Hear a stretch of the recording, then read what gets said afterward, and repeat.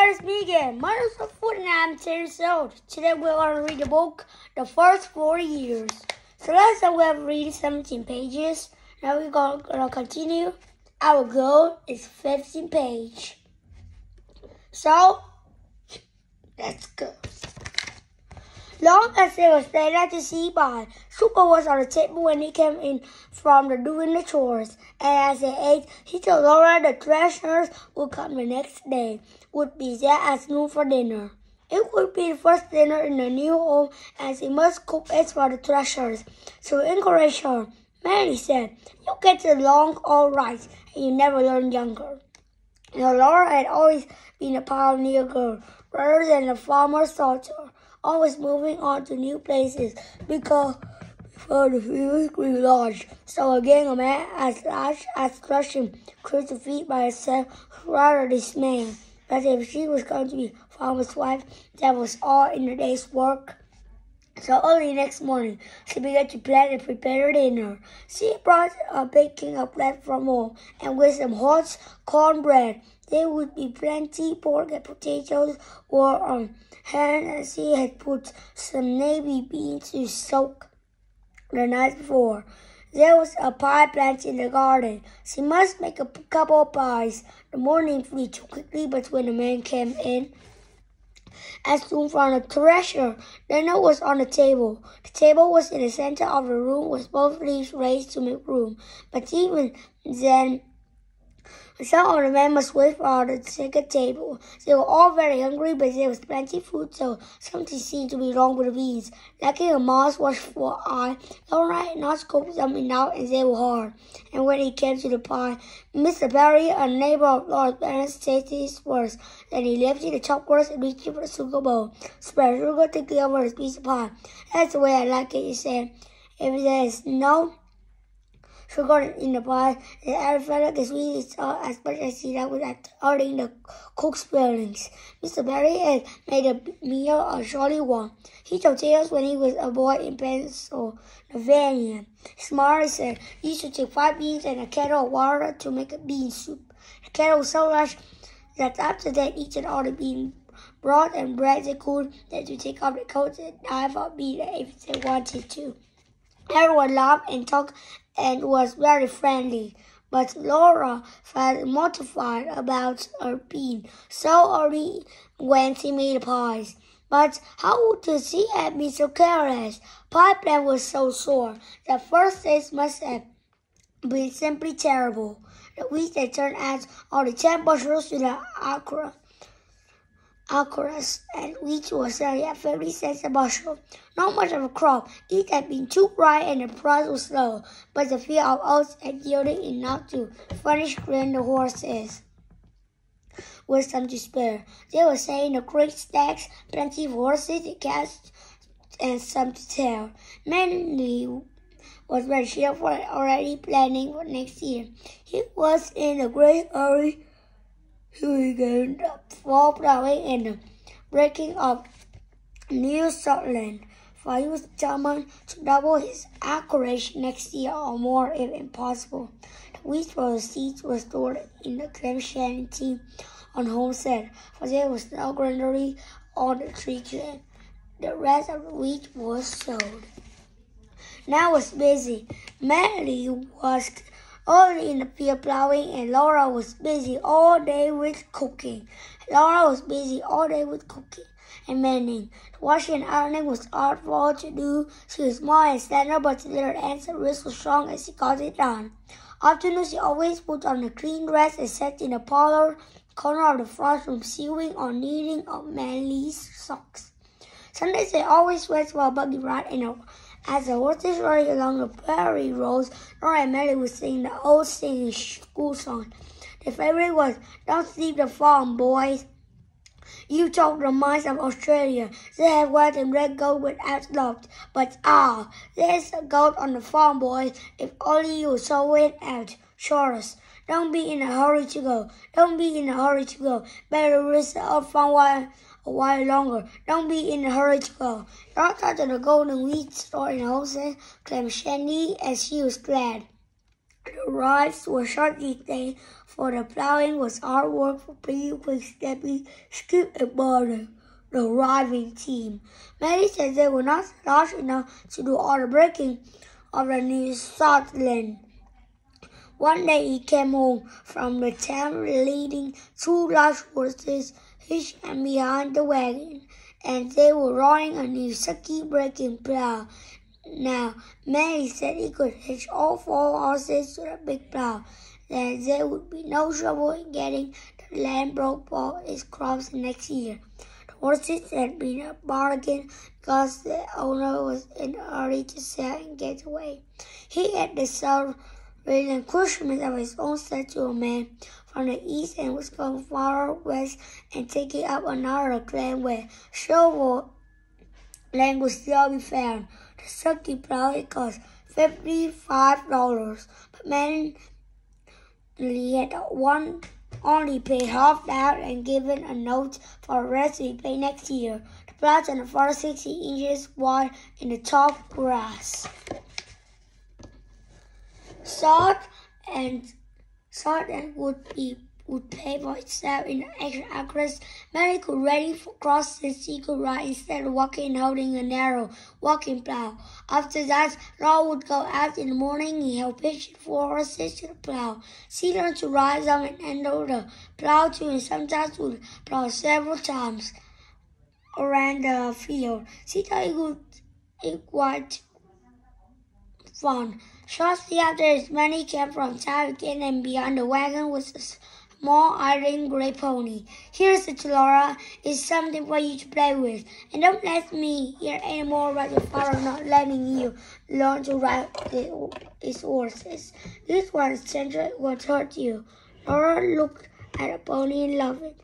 "I will call her Trixie," he said. The pony's feet were small and her legs fine and flat. Her head was small with a fine mealy nose and ears pointed and alert. Her eyes were large and quick and gentle, and the mane and tail were long and thick. That night after supper, Laura chose a saddle from the descriptions and pictures and Montgomery Ward's catalog and made an order for his regiment for the first breakfast town. She could hardly wait for a saddle to come, but she started the 2 weeks' time by making friends with Trixie. It was a beautiful all-leather saddle, tan-colored and fancy, stitched with nickel trimmings. "And now," said Mary, "I will put the saddle on Trixie, and you and she can learn together. I'm sure she will be gentle even if she never has been ridden.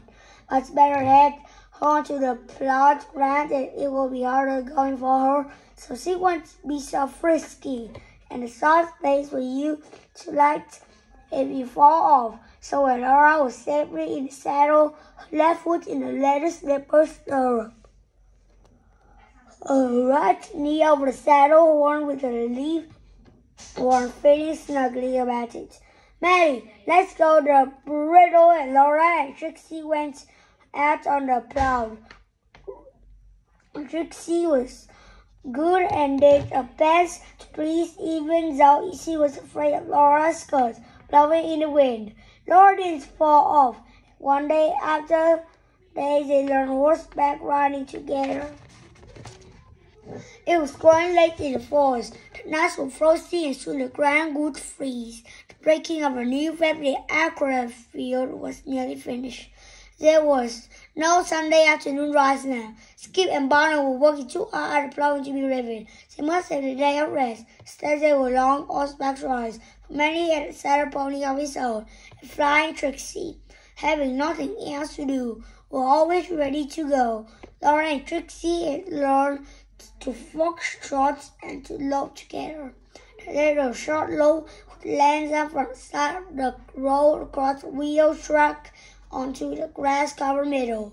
Another jump would be crossed out of the wheel track. Trixie would light so springingly on her dainty feet so that there was never a chill. One day, they As they were loping down the road, Mandy said, "Oh yes, Trixie can jump short and quick, but Fly can't run away from her." And Fly started. Laura bent down over Trixie's neck, shushed her with a whip, and imitated as near as she could manage a cowboy yell. Trixie started ahead like a streak, leaving Fly behind. "Stop her," and said the little breathless until Mandy came up. But when Mandy protested at the sun started early, "Oh, Trixie told me she was going in plenty of time." After that, it was proven many times that Trixie was faster. Often on a 20-mile ride over the open prairie for breakfast. It was a carefree, happy time. And for two people, though truthfully,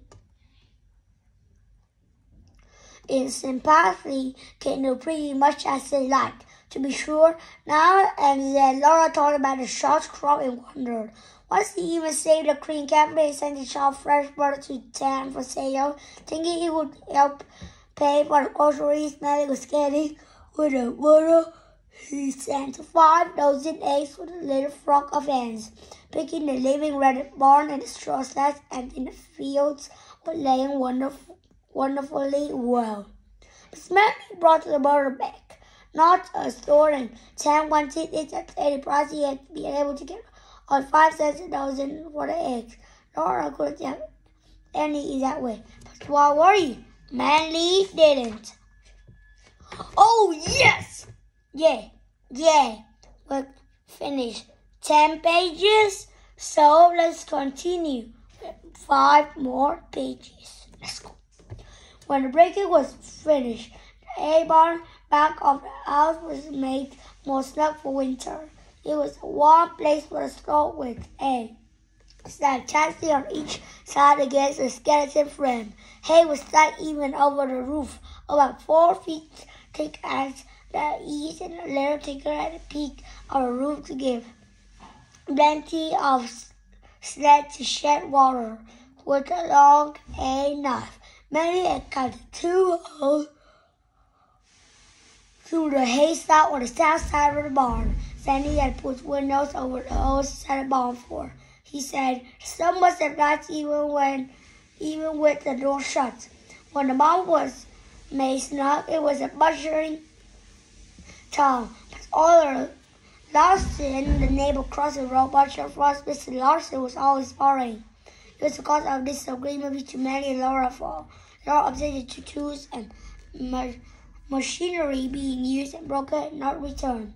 When she saw Manny go on foot to the back end of all the stuff against some machine that should have been at his own barn, she was angry. But Manny said, "One must be neighborly." And when Mr. Larson came over, borrowed the dashboard in which guy is all in the butchery, she told him to take it. Manny was in town, but she immediately let it. In 3 minutes, Mr. Larson came back to borrow one boiler to each water card off. Sweeney was back in to borrow a butter knife from old wood. Again, later to get a knife with stones, sharpened knives.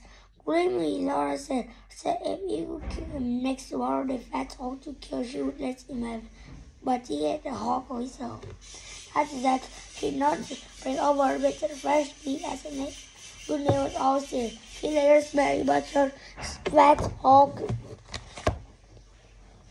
and Laura had was birds making sausages, ham, cheese, and lard all by herself. Hams and shoulders and spare ribs were frozen in the storm shed, and fat meat was salted down in a small barrel. Laura found doing work alone very different from helping Ma. But it was part of a child she must do it, so she ate the smell of hot lard and the sight of so much fresh meat to ruin her appetite for any of it. It was at this time that the directors of school was able to pay Laura the salary for the last month she had taught. The money made Laura feel quite rich as she began planning how she could spend it. As she began planning it, Mary told her she bought a coat with it she could double the money in a short time, but suddenly when it was grown. So that's what they decided to do, and Mary bought a baby 2-year-old and promised to grow as well. Laura didn't bother to name the cart. It was just being sold again. So what's the use? But the animal was fed well, brushed and cared for to make it grow well. While Luthery then Maddie started early for time, leaving Laura very much alone. She was used to being the only one person on the place and caused nothing, but the weather was so cold and raw, she had not opened the front door. It was still locked from the tides in the middle of morning, busy with the work. Laura looked at the front window and saw a little bunch of horsemen coming across the prairie. Southeast, she wondered why they came not driving on the earth. As they came nearer, she saw there was 5 of them, and they were Indians. Laura had seen Indians often without fear, but she felt a quick shock of her heart as they came out to the house without knocking, tried to open the front door. She got the door stuck as she quickly into the back right now. House the doors. Indians came running after the back right to open that. See Laura through the windows and decided for her to open the door, indicating that they would not touch her. Laura shook her hand and far away. Likely they only wanted sympathy. The one never could tell. So a few years ago, the Indians went on a war path a little way west, even as they often threatened the railroad camps. She wouldn't open it all, but watched them as they traveled together. They could catch a word that she could have said, and she was afraid. They would act right. Why is he away? Since they would go to the bar, Lee Saddle was there, and Trixie was there. Trixie, her pet and comrade. Laura was afraid. In her house, there was comparative safety, for there is hardly break-in. But Laura was angry too, and as always, she acted quickly. When the door was ran to the bar, after them very later up a beautiful saddle, and one was installed with Trixie. Trixie was afraid too. She never liked strangers, and she was pulling at the halter and trembling. All the Indians were examining Maddie's saddle and the buggy harness with its brass nickel harness, and gathered around Laura just outside the door. She saw as her stand before.